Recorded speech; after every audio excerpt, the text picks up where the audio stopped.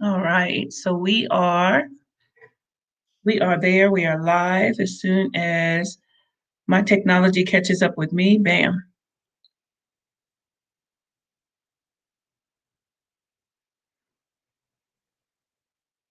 So give me a minute, you guys. I'm just gonna go ahead and make sure that we get shared, everything shared.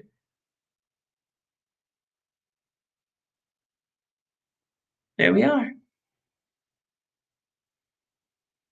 Guys, I'm just gonna go ahead and make sure that okay. All righty. So today, my name is Tony McNeil. I'm a community organizer with Faith in the Valley. And I am also one of the founders of the Concrete Team, which is a local organizing, um, a local community organized. We do boots on the ground organizing in the Concrete Team with Faith in the Valley as well. Um, and we are doing a series of conversations that is going to be centered around some of the organizing that we're doing, raising awareness to campaign or the initiative that we're pushing when it comes to justice for Devin Carter. Tonight, I have the privilege of sharing space with some youth and young adults from the city of Stockton. And so, what we're going to do first is I'm just going to have us go around and introduce ourselves, who we are, what we do. If we're a student, if we are working, in the organizing field, just whatever that is. But MJ, I'm going to start with you. Come off mute and introduce yourself.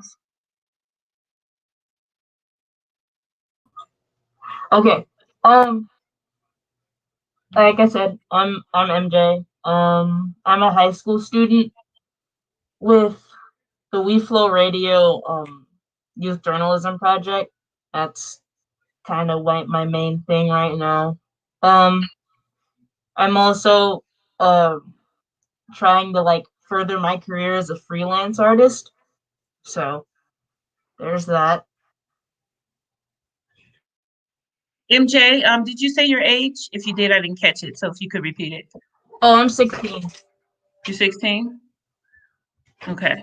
So I appreciate you being on. And just for the sake, I already gave you my little bridge speech and all of that. So for the sake of those that are watching, you are in a mask. Are you comfortable with sharing why you're in a mask? And if you're not, that's fine. We just gonna flow with it. Give me a moment. I have to close my door. Uh-huh. Yeah, it came open all by itself too. I was like, okay, if we can't get no spookier, right? Yeah, Ari, that's I'm just okay. saying. So, um, I wear my mask because my face is a very like staticky thing to me. Like not physically, but like I look in the mirror and I see my face and I'm just like, that is not my face. I don't like that. So I wear my mask because it makes me feel better and it feels more like me because my identity issues are off the wall right now. Okay. Okay. And I appreciate you sharing that, MJ, and I really respect and honor that. And I really want to also applaud you for even being in a live space, with the dynamics that you're dealing with in regard to identity. Oh, it's a little person. Somebody opened the door. Okay. So, Ari, could you introduce yourself? I'm still cracking up about that door opening by itself. But A couple of times, right? yeah, like I'm just looking like, okay. But my name is Arion, but everybody calls me Ari. I'm also with We Flow Radio, a youth journalism project, for the youth, of course. But I'm also a poet. Um, on my free time, I'm a poet, and I'm 17. I'm a high school student still. I'm a senior, and yeah, is that how we're supposed to be mentioning? hmm Okay, okay, that's it. Okay, I'm done. David, can you introduce yourself? Hi everyone, my name is David. I go by he, him pronouns. I'm a 16-year-old high school student born and raised in Stockton my whole life. And I'm with Stockton Stands, a new nonprofit. I also do some work in ACLU, and I've been shadowing Tony for a little bit now. And yeah, I'm happy to be here, and I want to say thank you for allowing me into your space. Thank you for coming in.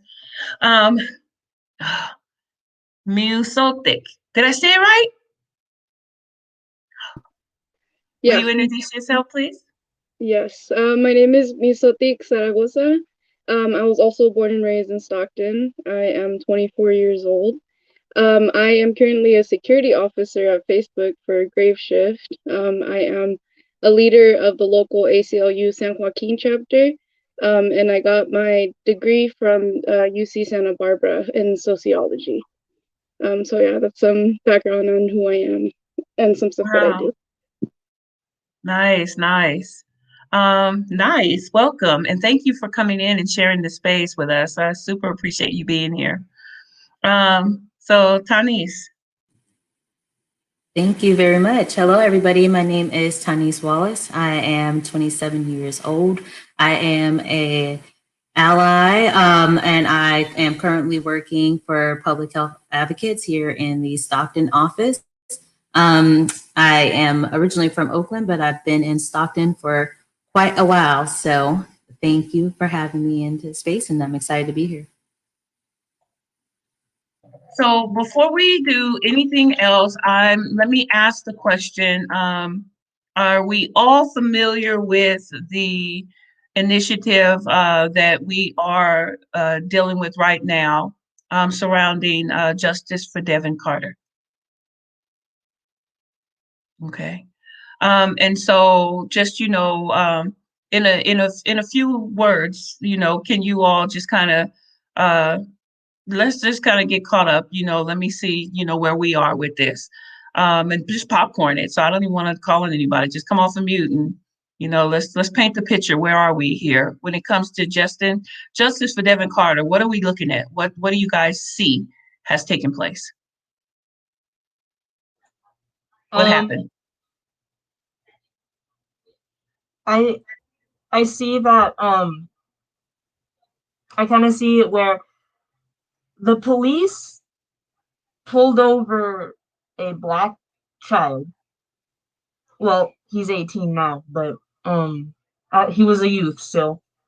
And while they did pull him over for speeding, the way they handled it was completely unnecessary because they were violent off bat. And I firmly believe that they would not have treated him the same way if he was a Caucasian youth. I agree with that. I would like to add on. I honestly, in my own opinion, I feel like this situation has been out of control and it was handled differently. I honestly am thankful that he's still alive because that would have took a whole different turn on the whole entire case in general. But the way that the police handled that situation was not okay, like at all. Because if it was one of us, we probably would have been beaten to death just like he did. But if it was like how MJ said, if it was like a Caucasian, a white male, Mhm. if it was a white male or a white female, they would literally pull them to the side, or they'll just say like, "Hey, it's okay. Please just don't speed next time," or "It's here's just a ticket," or "Here's a warning." They wouldn't drag them out of the car. They wouldn't beat on them or anything. They would probably just say what I said earlier, which is, just give them a note or a ticket or something. But that's how I feel about this whole thing. What else? Just popcorn. We're popcorning now. This is a conversation, so you don't even have to wait permission. We just don't want to talk over one another. If I may, I also want to highlight that this case also highlights some systemic and fundamental roots within our police department and sort of the culture surrounding these incidents, and how it's okay to fabricate, how it's okay to lie to people, and how it's okay to wait 3 months until to release body cam footage to their own family. I think Mhm. that there was and not even like one misstep. There were a series of calculated decisions made from this police department that were intentional at the at the expense of trying to make Devin Carter, Devin look like he was in the wrong, to keep his family out of without knowing what actually really happened. And I think it's just really disappointing. Well, not even disappointing because I have my own opinions and reservations about police, and you know, but I just think it's just disheartening, to see it happen to one of our own youth. He was 17 at the time, and the video footage and the images that came from the incident are just so hard to look at, because it just seems that this is a thing that's going to keep happening unless we do something about it. Anyone else?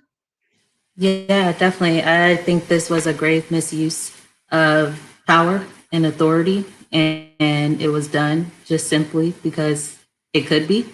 And they thought there would be no repercussions or any consequences for their actions because, as David pointed out, this is the fabric of the society that we live in, where police are not held accountable when they literally are abusing Black and brown bodies. And it also is very much so a criminalization of Black and brown bodies repeatedly all over again. In this case, you could understand that it's very frustrating to be somebody of color to witness this and to see this trauma every day and realize that this is the reality that as a young adult, as a minor, that you have to live and work, live, play, pray through, because this is what we're seeing on a daily. It's getting to the point where we're almost desensitized and normalized by it.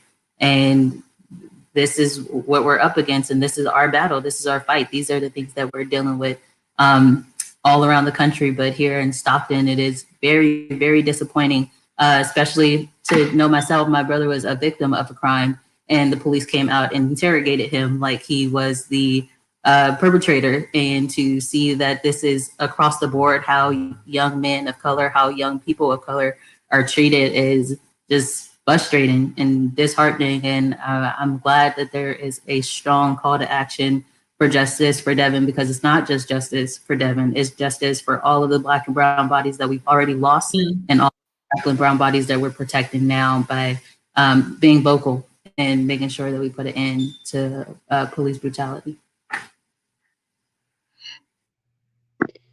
Going off of what she said, I am relieved as well that he's alive.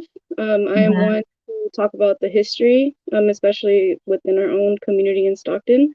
I know that it's not the first time someone his age, Black youth, has been beaten, severely beaten, or even killed by Stockton Police Department. James Rivera Jr. being one of them, which he was shot 48 times by the Stockton Police Department. Oh my again, gosh. I'm very relieved that he's alive, because we have history and culture in our police department that is a cycle. And unless we really speak up and really pressure them to dismantle, I'm all about dismantling, because it's too much. They really thought that they can get away with it, and that's the crazier part, because it's too common where they think that they can be the judge, jury, and executioner, and that's not their job at all. And so that's where we're at now, and making sure that they know that they can't get away with it. It's like, enough is enough. Like, we can't, and we need to keep talking about the history of this, because he's not the first one, and he's not going to be the last, unless we really step up as a community as well, together, like we are now, in unity, to fight for our youth, and especially our Black and brown youth. So you guys are fairly young. I'm 52. So, you guys are fairly young, and hella articulate. I'm like, I know I could say hecka, but I just didn't feel like it emphasized it enough. So, hecka with two double hockey sticks, articulate. So I'll do that. It's better so I don't get in trouble. But you guys are extremely articulate, and so we've been centering the conversation around, do you feel safe? And so let's have at it. Let's go like right there, because you have already shown that you know how to articulate yourself, that you are very astute and aware of what is going on. You know the historical shaping and framing. You know history of the city from which you were born and raised. And so, do youth feel safe? Do you feel safe? No, like at all. Can you hear me? I can hear you. No, Loud and clear. I don't feel safe at all. I'm a young black woman that's like that. Okay, so this might be a stereotype for our black women in the community, whether it's LGBT or not. I'm a young black woman with locks that has a masculine figure, that has a masculine voice sometimes, and I'm a part of the LGBT. So I'm scared for my own life, whether it's straight or gay or not. Like police now are off the chains because it's like, why are you treating us like this? Because we sped, or you think we're resisting because we're not really moving, but we keep telling you we're not resisting, so you think we're resisting. Like it just seeing this video made me feel like I'm never gonna be safe. No matter where I go, no matter where I go, there's always gonna be a hunter's mark on my back. There's gonna be an X on my back. And I just honestly feel like no matter what, we're always gonna be like that. We will always be targeted no matter what. I feel like the people aren't gonna really do like we're not gonna be set up as a community to help each other anymore because of the fact that nobody wants to help. We'll help for like a week or two straight, but we will never keep it going. It's like I'm at a young age, I should never be scared to walk out of the house in a hoodie or some sweats or some sweat or like a hoodie, some sweats, and some basketball shoes, right? And I go to the store, the bank, and their children are pulling, and people's children are like they're pulling their children closer to them because they're scared of who I am, or because of the fact that like in basically just in general, like I'm scared in general. I am not safe with police. I'm not safe with people. Like I'm just scared that since that they see someone in uniform doing this, they think they'll be able to do this. So that's how I'm feeling. I'd like to add on to that because I'm 16. I'm old enough to get a driver's license, and ever since I was like I was younger, I was always scared of driving because like road rages. My mom's been in multiple car crashes, so it's just kind of like that fear's always been there. But after like seeing everything that's happened to my brothers and sisters, um, I'm scared that it's gonna happen to me, and I don't ever want. I don't want to be a statistic, and I don't want to have to put my mom through her son being a statistic and feeling like she didn't do enough for me. And it's ridiculous because it's gotten to the point where I'll just be walking and hanging out with my friends and I see a police car and I freeze up. Because at any point in time they can come out and they can like it's one of those things where it's like, what do you do? Because that showed right there, Devin wasn't doing nothing. So what am I supposed to do? I can't defend myself. I'll get killed. And even if I like don't even try to defend myself, I could also get killed.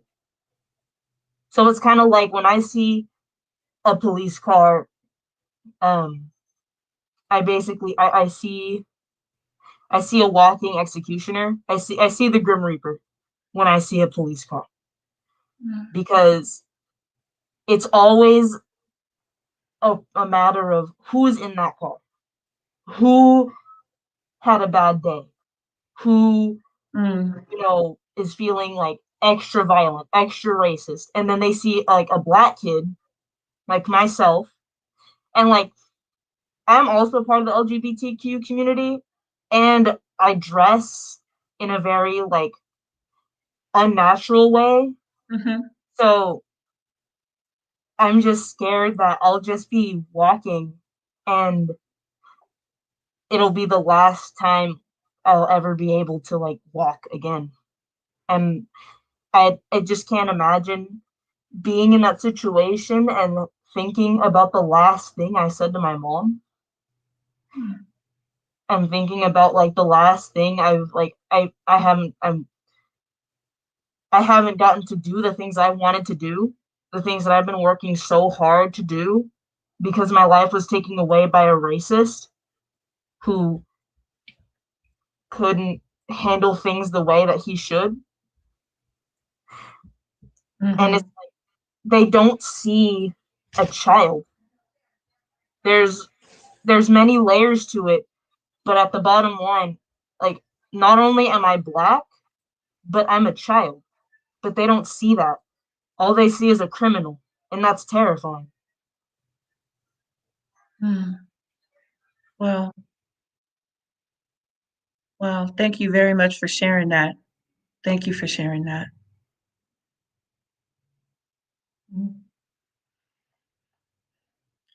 Does anyone else feel, how do you feel law enforcement sees you?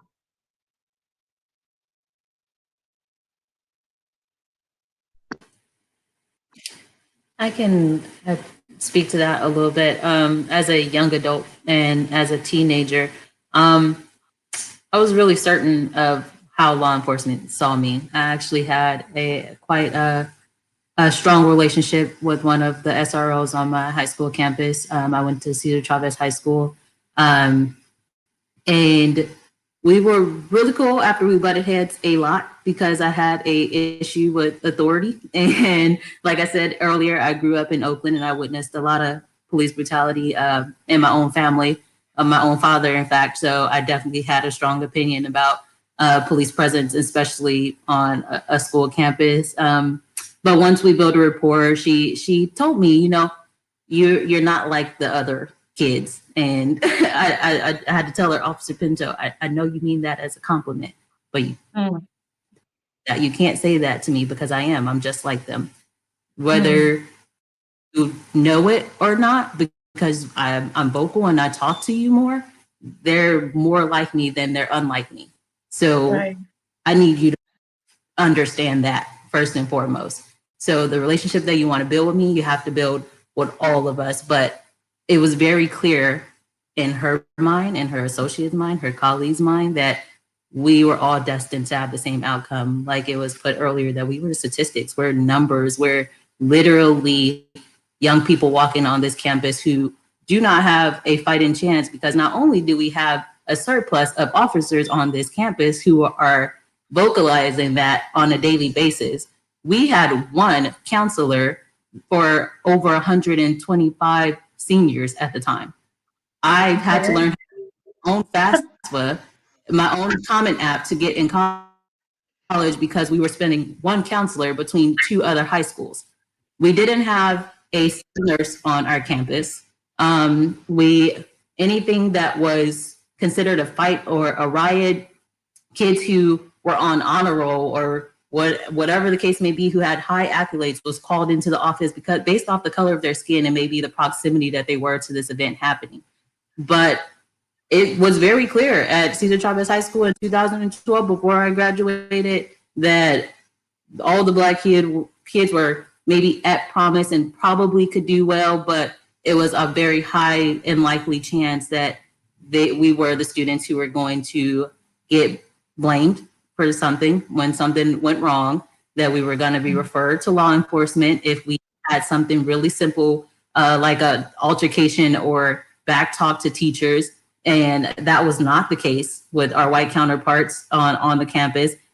Actually, they might have a debate with the teacher and never get sent out of class. But not only did we get sent out of class and miss instructional time, now we're dealing with having to explain to our parents why we might be looking at having a record because we were referred to an officer on campus.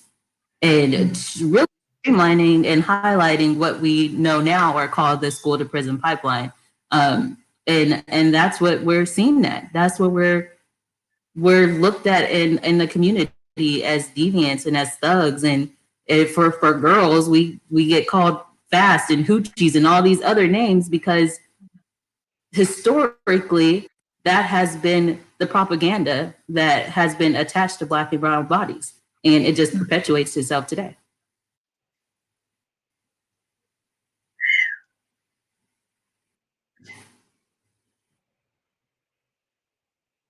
You want to share that? What are you saying, Ari? I said that the new Jim Crow laws are breaking in harder than ever. I remember reading a book. So I know for a fact that some high schools don't read new Jim Crow laws until like junior, maybe senior year, depending on what school it is. But I remember reading that my freshman year with a part of Malcolm X And then on my side, I used to read Huey P. Newton books about the Black Panther Party. And I'm sitting here like, this is just history repeating itself. But it's actually just showing us that history was wrong in a certain fact. Like, and back in like back in the day, it used to be slavery. And people say that, oh, so people that are not articulate or grown their mindset in a way say that slavery is over. But it's like sitting here, I feel like slavery has us in a different way as domesticitude of the mind. Like, because the police officers should never be allowed to do that to us unless you see us armed with something and we're shooting at you and we know we're on the run about something. I understand if we're on the run about something and I'm shooting at you and you take me down. But for me to be speeding and you snatch me out of a car and you constantly beat me and you're cussing and saying racial slurs to me, I have a problem. Because not only that, they also even told the mom that they couldn't even see her son. So that's an also problem. Like, they should never feel the right or need to say you can't see your son. That's how I know we're doing something wrong here. Like, when I say the new Jim Crow laws are breaking in harder than ever, I forgot your name. What is your name again? Tanis. Yeah, Tanis said that the school prison pipeline it's becoming worse. In a sense, it's not even about us being safe anymore. We're never gonna be safe. Even if we moved on to an island or something, we're never gonna be safe. Like, I feel like the most question we need to be asking ourselves is, what can we do to be safe, to become safe in our own environment and our own community? Because no matter what type of laws that we have, we'll always be wrong in every situation, even if we're doing the right thing. It's like, if we went past the speeding mileage, then all of a sudden we're in trouble. But yet, if they did it without the uniform on, they're not in trouble. And it's like, since that they have a uniform on, they don't get in trouble because of the fact they have a uniform on. But if they took off that uniform and walked the streets like everybody else, they would also get in trouble as well. Or we would never see them as anything else. We just see them as regular people going about our days. But instead, since they have a badge, they think that they're way more superior than all of us. It's becoming what's the word for it? I want to say, you know how we have classes where it's like first class, middle class, low. I feel like in their eyes, they're the highest one. Like, they top the government, that they top the middle, like they top everything. And so, since they feel like that, they kill us. They beat us. They enslave us. They torture us. They give us false promises to believe that they're going to protect us, knowing that we can make one mistake and our life is over. In a blink of an eye, I could be on my way towards a dinner to go see my family, and I could be getting pulled over, and that could be my last time ever in a car, ever coming to see my family, anything. Talking to you guys again, I just honestly feel like we're never going to get to a place where we're okay or safe or not having to look behind our backs as if someone's not watching us. We're being watched. Like I said, we have an X on our back. Like, I bet you if we got everybody together now, they would think that we were a threat. Just like how Malcolm X did, just like how Huey P. did, just like how Martin, because everybody that got assassinated had power in the people and had knowledge in the mind. And now that if we're like this and that we're learning more and more because they don't want us to read, because books have all the knowledge, people wrote about this stuff, they honestly are saying that we're going to be dumb and that we're going to be stupid because of the fact that we read and that we get our minds together. But instead, I feel like we do need to come as a community. We do need to grab everybody, whether it's death or life. We need to set this straight, because it would be horrible if we ended up doing the same things as them. But it's funny because we tried everything. We tried the Huey P. Newton way, riots, protests. Well, it would be illegal if you did. If you were to approach If you were to approach circumstances or situations in the way that was demonstrated in this incident, it would be illegal. It's illegal for you to do what these officers did to Devin. It's illegal, yet It is illegal. and And so yeah, they would arrest you. literally. You And would honest, go to I'd be court. okay with it. I'd be okay being arrested at this point because I'd get my message across, kind of. But that's the thing. We do it. We did it, Malcolm. We did it. We talked. We did by no means necessary. We did Martin. We did it peacefully. Even through this connects to the George Floyd incident as well, and the Breonna Taylor, and any young Black person, young, older. It's like no matter what, you're a threat. You can smile, you're a threat. You can say hello, you're a threat. You can wear the wrong clothes, you're still a threat. You can be a guy walking down the street minding his business with earphones and dancing, you're a threat. It's like no matter what, we're never going to be safe. And that's the point I'm trying to make. That is, I want to add on to that by bringing up the Elijah McClain incident, because dude was literally doing nothing. And when he was already on the ground, the police, first of all, made him overdose on ketamine. And he died. And the mom had to fight to get the body cam footage for her son dying and going brain dead. So it's kind of like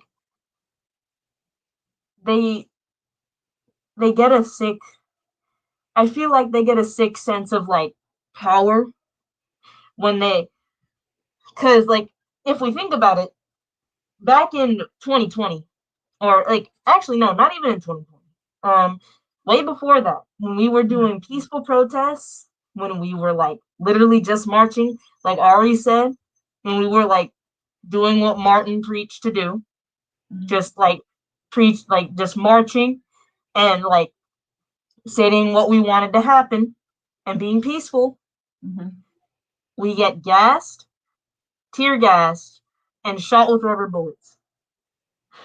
But then when the people decide to fight back and like retaliate when they're being shot at, and like children are getting shot in the face and tear gas, as soon as they fight back, we're the bad guys. We're the criminals for defending ourselves. As soon as we fight back, Donald Trump wants to go and call the National Guard to go and shoot at people who were just defending themselves, defending their kids. So it's like, what do you want us to do? There's literally no way out. There's no way out. Because no matter what, peaceful, violent, whatever, at the end of the day, a policeman is just going to see a target.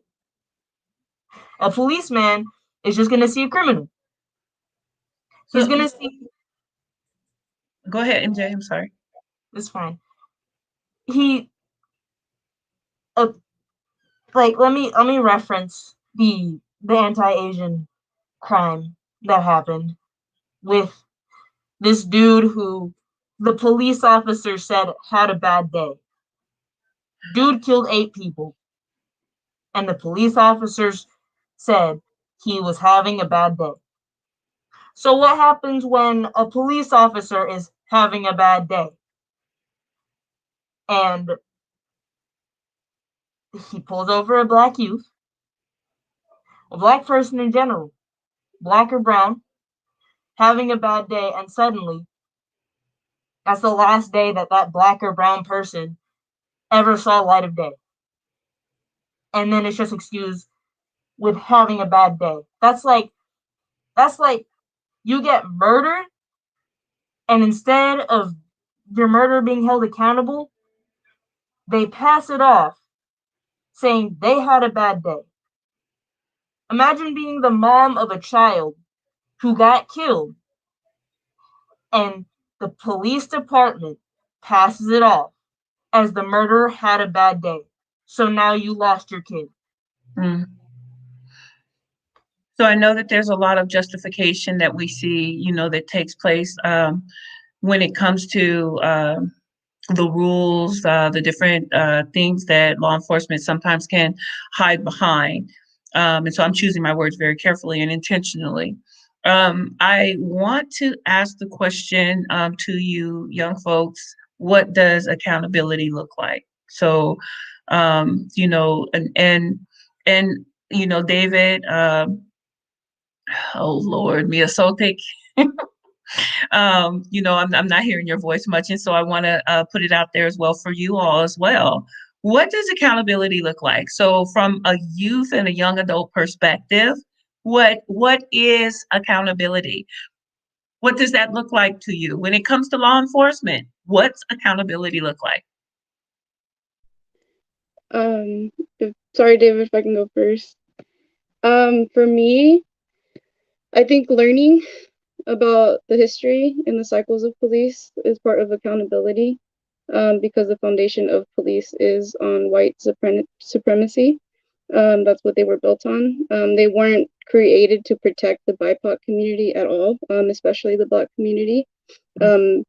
Going back to the history, once the 13th Amendment passed, they had the clause where involuntary servitude or slavery was allowed only for criminals. And at that point, we keep talking about crime. Criminals was a direct target towards the Black community. That was a label given to the Black community, and that's when we had the first boom of mass incarceration.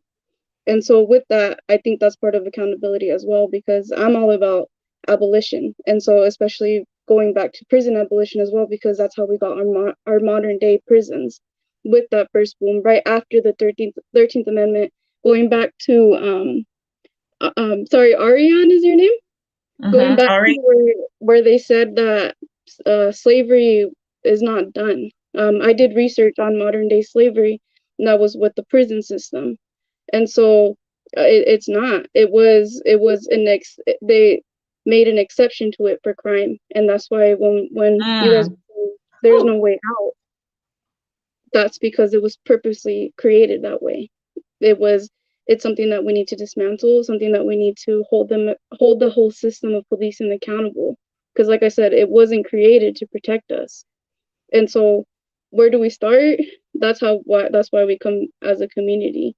For me, it's defunding them and not investing into them anymore, because they were, like I said, they were never meant to protect us. And the whole reason why they were created was to capture those that were enslaved. And so for me, that's what accountability looks like, and saying that police themselves were really never meant to be there for especially the Black community, because crime has always been a direct label towards the Black community.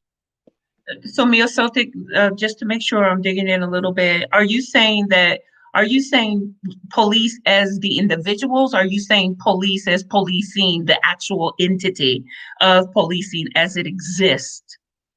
The entity, because that's how we talk about the culture. It really creates these people that are abusive, that it's part of the system itself to create these abusive people and find people that are abusive, because if you look at the statistics, a lot of the police officers have high rates of like domestic violence. So even then they bring that abuse home. And so to me, it's the entity itself, because it's not about bad apples. It's the whole system itself that creates this culture and this environment. Okay. David, you look like you were going to say something. Well, I wanted to also add that I really agree. As she said, that it's not just. I feel like that when people try to reduce this issue to a case of individuals or even a group of police officer, it's really reductionist in terms of the fact that if it truly was a few bad apples, this wouldn't be happening in police. Like, it's not only happening in the United States. We have police officers across the world who are brutalizing young BIPOC, especially Black and brown men and women, and people of color in general. And it's not just a few bad apples, like Minnesota said. It's the system itself. And I think that when we think of safety and accountability, there has to be the conversation of how do we keep our community safe if the police officers don't do it for us. And I know that there's a lot of initiatives, especially in multiple cities, where they're trying to start up new or new like alternatives to policing, right? And I'm also for defund and abolition eventually when the time comes, right? Because I believe that in a future society there is no place for policing. There is no need for it, because by that time, like Miyazaki said, policing started as slave patrols right after like even before slavery ended in America. That's when police officers started to take shape and form, right? And ever since then, police officers have continued in that, but they've done it in ways. And I really appreciate how Ari uh mentioned that slavery still does exist in the sense that it's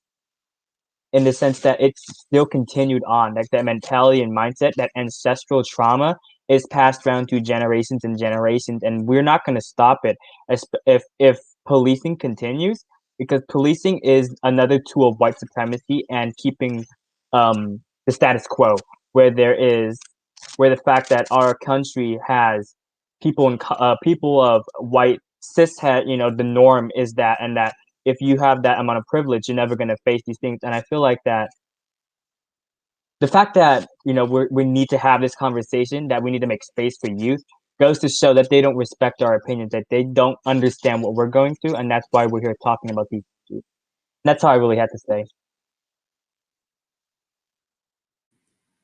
If I could add to that just really quickly, I also, through this conversation, I've realized a few things, and I think accountability looks like mirroring our governance. So, Elder Tony, earlier you said if you did that to someone else, that would be considered illegal. So if it's illegal for us, it should be illegal for the police. So not only should you lose your job for that, you should be fired. First of all, that's illegal. You need to pay that penalty, whether that's jail time, fee, whatever it is, whatever a civilian time, that's what's need to happen to the police officer also. We got 3 strike rules, and then you locked up forever. You have 3 community complaints to me, you struck out, you're out. That's your job, and that's on you. That's how we're governing, that they should be held to the same standards. We have plenty of committees and judges and juries and everything else that want to assess the behavior of civilians and get to choose who's guilty and who's not guilty. I think that in that same accountability needs to stand for police officers, and there needs to be some kind of oversight, and that oversight needs to be community driven. And not only that, there needs to be a heavy youth presence for that oversight, because that I've watched plenty of young people suffer at the hands of police. And if you're young enough to get beat by police, you're old enough to share your thoughts on what needs to happen in this instance. Especially in a county that voted down a measure for you not to be able to vote when you're 17 going on 18, but you ask for youth input on everything else. When there is a county board meeting or when you want funding for something, youth is the first input that's asked for. So let's get their input on the things that really matter. Let's really empower them, and not just false smoke and mirrors and say that we talk to them or we engage them. Let's really do the work and put youth at the forefront of these initiatives and let them take the reins, because they know exactly, we all know exactly what we need and what we need to do and how to hold somebody accountable. We learn in preschool, treat people how you want to be treated. And that's fundamental. And I think that we all know how we want to be treated, and it's just as simple as that. So young people should really drive the process of what accountability looks like for police officers. Wow, I see some like really, really, really strong stuff, being shared, with you guys in the chat. And so I'm like, man, so what needs to happen, you guys? Let's wrap it up, just in that. What needs to happen? What needs to change? Give us. What are some practical things? Yeah, go ahead, Ari. What are some practical things that you can share with people, So let's say what needs to happen first, and then I'll end it by saying what are some takeaways that folks need? What do you need from the people? What do I need from the people? Well, let's start off by saying what needs to happen. What needs to happen is everything. Like we can name the whole nine, but I honestly feel like we need everything to happen. We need them to get the same thing that we do. And I don't mean them getting beaten or whatever like that, but I'm saying you need to get the same treatment that we're doing. As she said, she literally said, it's Tanise, right? Tanise? Mm-hmm. Tanise said, we've learned in preschool that we want to be treated the way others treat us. Mm-hmm. And it's like, it always goes back to the same thing. Every time I hear someone talk about something, it's always the same thing. Rules and laws. Rules and laws are the main things that are literally killing us here. So we're trying to follow the law, but if we follow the law, we're not doing it right. So what we need to do is actually, I don't know if we can rewrite laws. I even know it's gonna probably take a while if we do. We need to write laws for our society. But I know we can't do that because our United States is a corporation, and since we are a corporation, we are going to literally go by everything that we need to do to keep our corporation running, and that's exactly why slavery is a thing. We took in from we went from beating to taking on 9-to-5 jobs. Now here we are. Look at us, just done dead. But like if we not dying from police, we done dying from a job. Like we got to pick one. Like oh my gosh! But I'm just saying, like we need to change everything. Like, how old are y'all? Wait, what? With the what? I'm 17. I told you, power in the knowledge. Power is knowledge. Knowledge is power. I'd like to add on to what Ari was saying. Can we just talk about how the police department isn't even needed, bruh? If we put all the money and stuff into the police department, into therapy, and helping like homeless people get homes, and like putting people who need rehab into rehab, all of the people who get arrested wouldn't be getting beaten or arrested because we were put into welfare. People of color were put into welfare, specifically Black people, because of the war on drugs. And because the economy, capitalism, caters to rich white people. So none of this would be happening if they put their money towards things that actually make sense, not whacking slave owners. Money to the people. This is exactly what I tell you. Money to the people. But since we're so broke, because we're a corporation or whatever, they can't even help us. They can't even help us. The money is going to the wrong funds. We're spending $60 million on police when we could be using that $60 million to build better homes for the homeless. We could be using that money to like grow more crops for us, grow more food that isn't GMO, because if it's not the jobs or anything like that, then it's health problems. And if we have health problems, then they're not going to help us fully. So to be honest, we need to be helping us. Like the people, if you don't have money, then you dying either way. You finna die from health. You finna die from police. You finna die from food. You probably finna die from everything in their mama. But they not helping us. They're not helping us at all. We need the money and the resources to do better. But instead, since you're taking resources from us, and then on top of that, you're beating and killing us, we're gonna end up doing something that they don't like, and then it's gonna retaliate more and more and more. So what I feel like we need money to the people. You need to give us money. What you're describing is systemic oppression. It is, and it's this is a whole broader conversation. See, this is going beyond that because, and I love that we're here. And this is a series of conversations, so it just isn't going to stop here. So I don't want you guys to think, like this is it. No, this is a series of conversations because you're saying that this is systemic oppression, and systemic oppression then is perpetuating a system that is rooted in slavery. It's rooted in toxic racism, and it's creating, this cycle over and over and over again. And for every problem that the system sees, policing in prison seems to be the solution that they come up with. Okay, y'all just triggered me in that. It was just a brain fart I had. There's like no solution though. If I could add, I think people fail to realize, and I think that a lot of people, especially that want to be for this movement, want to be for Black Lives Matter, and want to support this, they don't realize, and they seem to fail to realize that the fact that America was built this way. This when people say this isn't America, like we're not meeting those standards. No, America was built by cishet men, white men, right?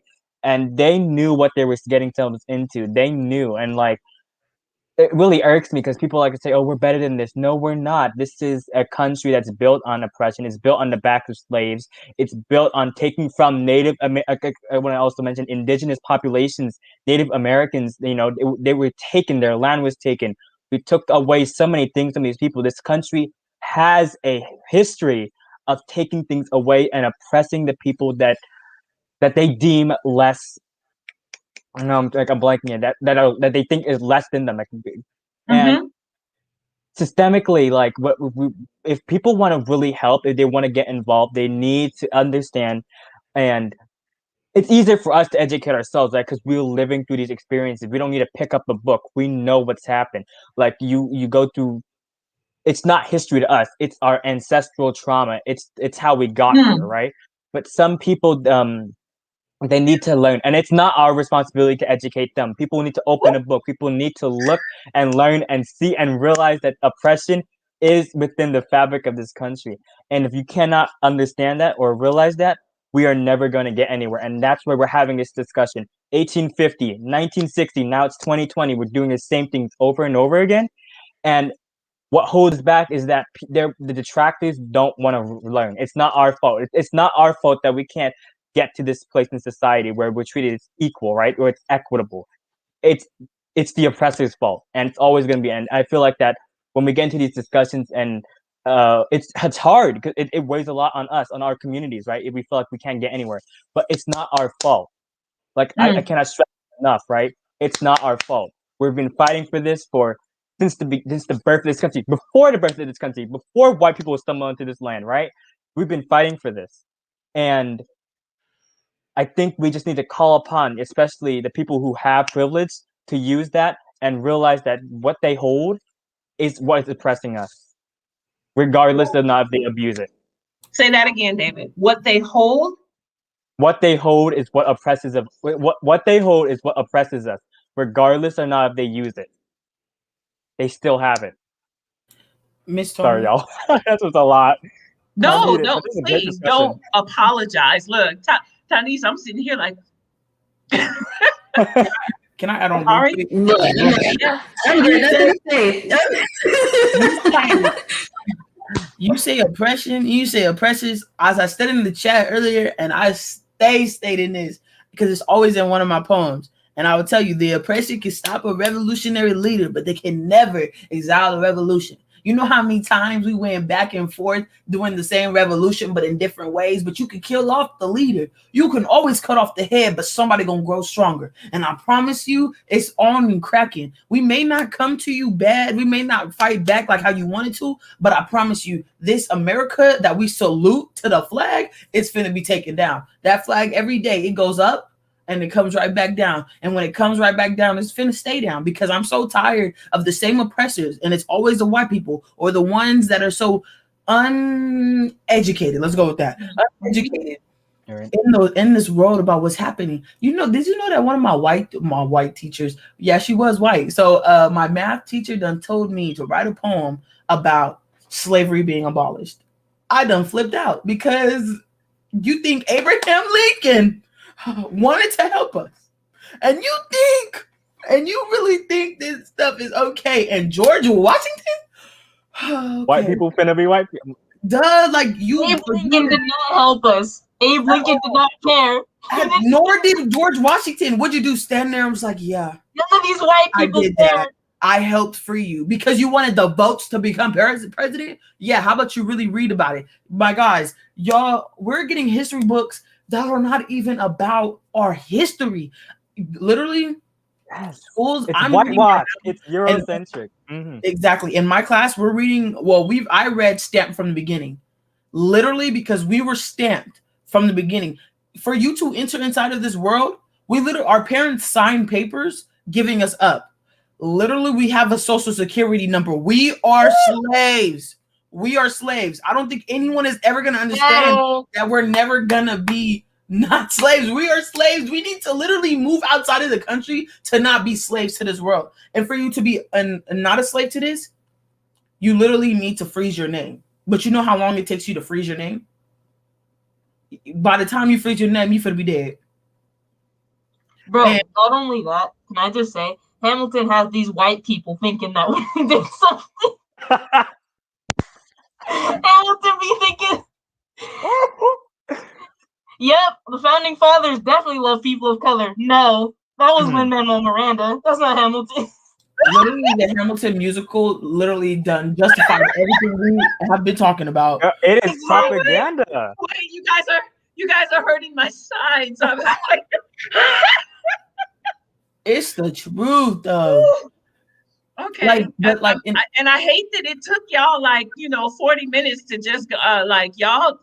I don't know. Y'all started off like, okay, we're gonna be just politically correct, but political done. We done with that. We gone. Let me just let you know. Being Black is a struggle. Every Black breath matters, whether it's Black, whether it's Asian, whether it's Mexican, whether it's Philippine, anything. Our breaths matter, because if it wasn't for us, you would have never gotten anything built. Or we are the blueprint. We literally did something to contribute to this country. The Asians done literally what's the word for this? Grew crops. Done did all this other stuff for us. We built stuff with our bare hands. You whipped us, you killed us. Let's just go with that. To literally pick cotton for your house. Why are we picking cotton for your house? Okay. Okay. Okay. And literally you literally have our ancestors hating us. You have Africa hating us because of what you did to us. Because we were African Americanized. We're not African. We're African Americanized, and I cannot stress that enough. Literally, if I go to Africa, they will look at me like I'm stupid because I didn't work for nothing in my life. Literally, Africa does everything in their moms, and we're sitting here talking about we literally had to go to school today, and we ate too much. And Africa's over there. I want an education. I need food. We need food. We need water resources. We need everything. And we're sitting over here. Oh, I didn't drink enough water today. Let me go grab a water bottle. No. I cannot stress any of this enough. Everything that we stated here literally pinpoints, connects.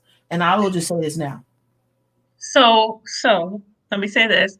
So today I pulled this group together in order for us to talk about, the situation with Devin Carter, in order to lift up the injustice in that. I need y'all to stay with me because we're going somewhere with this. And like I said, we're going to have a series of conversations.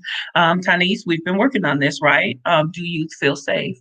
And so different platforms to raise up the concern in regard to safety and wellness and well-being for the youth. Now, as we're wrapping this up, there are some different directions that we're going to go. And so next week, we're going to come back and we're going to have a conversation that David is going to assist in leading us in regard to our Stockton Unified School. Are we talking about the Stockton Unified School when they fired every? Yes. So I don't want you to go ham now, but what I do want you to know is that next week we are going to have a conversation because when we did this, and so let me go ahead and frame this for those of you that are tuning in and those of you that do tune in.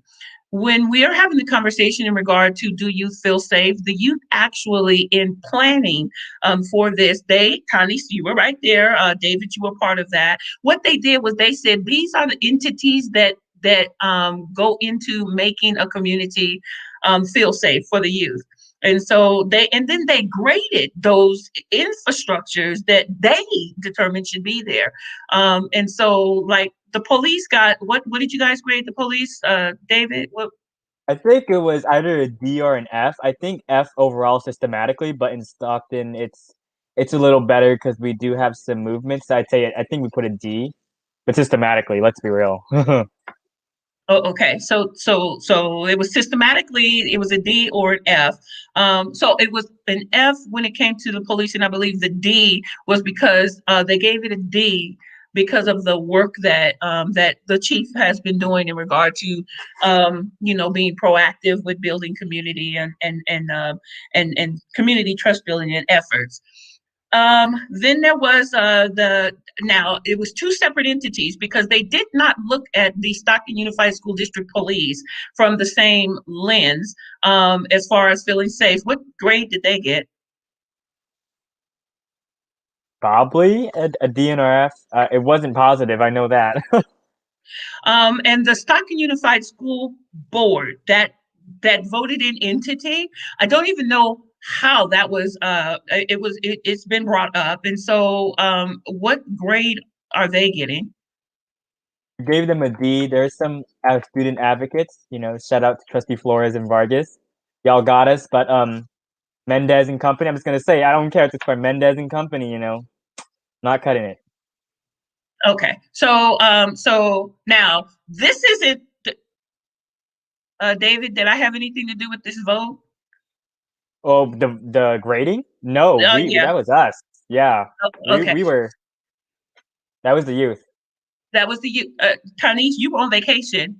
And I think you were on vacation when they graded. And then they would break out into sessions on their own and breakout sessions. And the grown-ups would just stand, and talk about resources and what we could do in order to support, the youth and what they wanted to do. And so they was busy discussing, structures and stuff and grading them. So we are going to have a series of conversations about those entities that have been graded. And the youth, so the next discussion that we have is going to be centered around the Stockton Unified. What is it? I keep wanting to call it board. What Board? I don't even know. Board of Directors. Okay. Board of Education. Board of Education. And so yes, we absolutely invite folks to join us for that discussion, which is going to be quite the discussion based on where they are at. And yes, and they said that this is what they need to feel safe. And so for right now, what do you need to feel safe when it comes to policing? So 60 seconds, MJ, what do you need to feel safe when it comes to policing? I need them to make the police go through very specific training when dealing with youth of all races and youth in general, instead of 2 months of training and yep, you're out in the field, you're an expert. So I think extra training and background checks. Okay. Extra training, background checks. I like that. I like that. I like that. Ari, what do you need in regard to policing in order for you to feel safe? What do youth need in regard to policing in order for you to feel safe?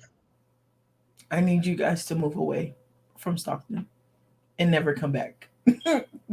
I feel like that'd probably be the best bet here. That's how I can explain it. That is my answer.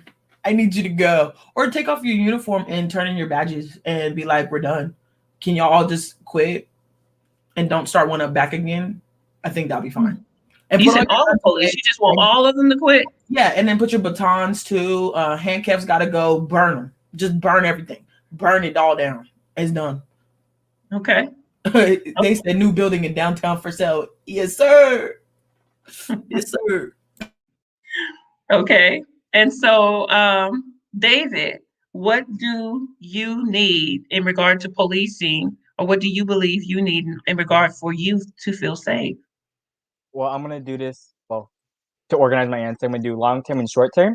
Long term, defund and abolition is the vision I have in the future where we won't need police in the my children, my grandchildren, they will live in a society that doesn't require the need for policing. That there are all the other alternatives that seek to address why crime happens at the root, not as a proactive rather than reactive response. Short-term accountability, education within the police department, I would say police officers acknowledging the racist history that they hold, and that the history of policing, and also reaching out to the community and realizing that they are held accountable by us. And I think accountability would look like just transparency and understanding that fundamental culture within the police department, while it's hard to change, there needs to be movement. And if they're just going to quit, that's just not, we don't want it. We need to see change. We need to see progress when whatever, like progress in whatever form or shape possible. Girl, I'm desperate at this point. I'm be real with you, because it is frustrating. You know, we've been seeing this for a long time, and I'm going off topic right now, but progress. That's what I want to see in some form or way. Just progress. That one word, progress. Good grief. Ooh, okay. Ooh, y'all some heavy hitters up. Ooh. You all are some heavy hitters up in here. Okay. Muizotic, what do we need? So for me, it's, I mean, investing in our youth over the system of policing. Invest in our community. If I'm gonna do more like micro to the actual situation, like specific cases, I would say decertification as well, because we run the risk of even the officers that we fired just go to another community and become officers. And that's something that I was lobbying for last summer, for SB 731, that never really even got acknowledged by our California Congress. They didn't even look at it. So that's something that needs to be discussed as well, as decertifying these police officers so that they just can't move and become officers again, because we don't need them to, because they're abusive, they do misconduct, and we don't need them killing another individual in another city.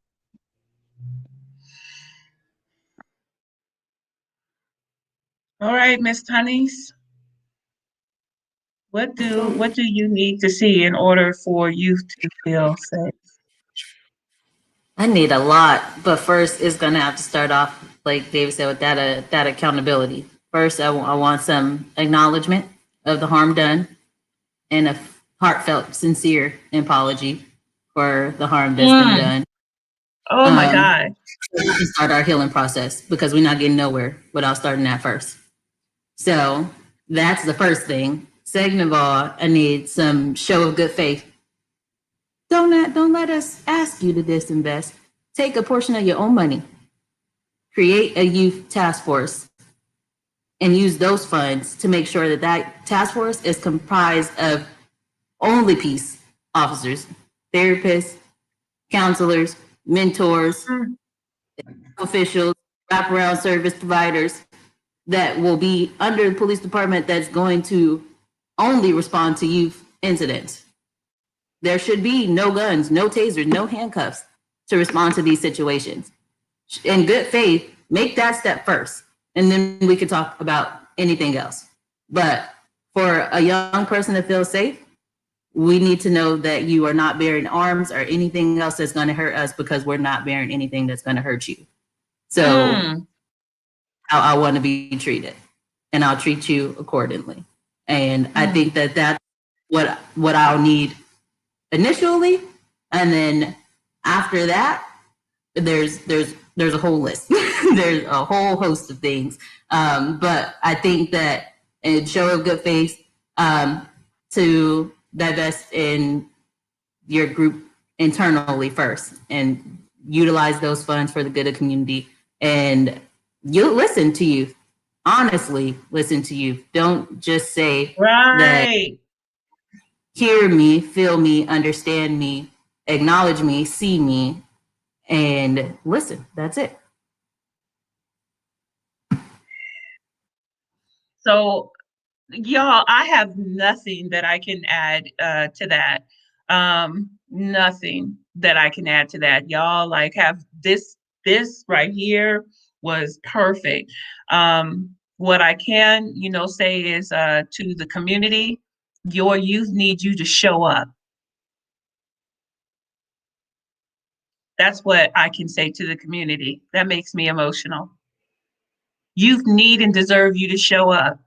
You that we have allowed society to push us so far away from our children and our young people to where we're not even aware of what they're learning. We're not aware of where they are. We're not aware of what they're doing. We're just not aware, because we're having to work and all these different things. And so this isn't a pound of this system that has been designed for us to not even be present with our young people, with our children. And so I feel prey to that. We need to show up for them.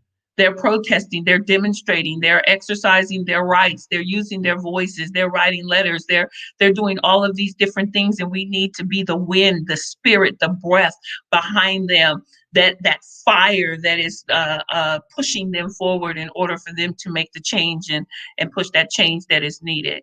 So stop discrediting our youth. Stop discounting them. Don't say that they can be tried as adults, but then but you don't want to hear what they have to say when it comes to how they're being treated and mistreated. So they can't vote at 17, but they can go to an adult prison at 16. So there's so many different things. I'm gonna come off of my soapbox because I'll go off. Love our youth. We need to be there for our youth. This thing that has taken place with Devin, it should have never happened. It should have never happened. It shouldn't have been. He should have never had that experience. And the minute that thing took place, those officers, all four of them, should have had to turn in their badges, find another method of employment that had nothing to do with serving people. If it would have been parents that did it, I've said it over and over again, they'd have lost custody of their children. The state would now have their children. The children would be in CPS. And they would have to go through all kind of stuff in order to be reunified with their family all over again.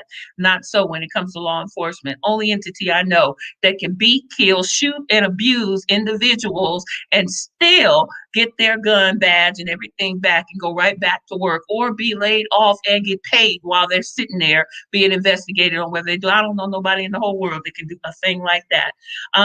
So that being said, I love y'all. I appreciate y'all. I'm so glad you guys are fire and you're brilliant. You are brilliant. MJ, you are brilliant. You are brilliant. You guys are brilliant. You are masterful with your work. Yes, I'm talking to you. You guys are brilliant. I wanted to make sure you looked up and heard me clearly.